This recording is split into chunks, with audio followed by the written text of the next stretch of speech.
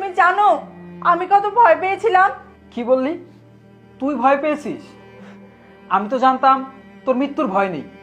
তোর যদি মৃত্যুর ভয় থাকতো তাহলে তুই নিষ্পাপ মানুষদেরকে মেরে ফেলতে পারতি না। জিসান, তুমি কি বলছো এসব? আমি একজন ডক্টর, আমার কাজই হচ্ছে মানুষকে বাঁচানো। আমি কেন মানুষকে মেরে ফেলতে চাইবো বলো? আমি যা বলতেছি সব সত্যি কথা বলতেছি। তুই টাকার লোভে পড়ে মানুষদেরকে মেরে ফেলিস, তাই না? মানুষদের ভুল চিকিৎসা করিস। তুই কি ভেবেছিস আমি সব কিছুই জানতে পারবো না?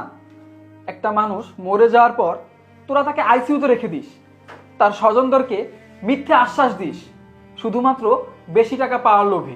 এই, তুই আমাকে একটা কথা বলতো, তোদের কিসের এত টাকার লোভ? হ্যাঁ, তোরা কি জানিস একটা মানুষ অসুস্থ হয়ে যখন হাসপাতালে ভর্তি হয় তখন তার ফ্যামিলির লোকজন কত কষ্ট করে টাকা ম্যানেজ করে দেয়?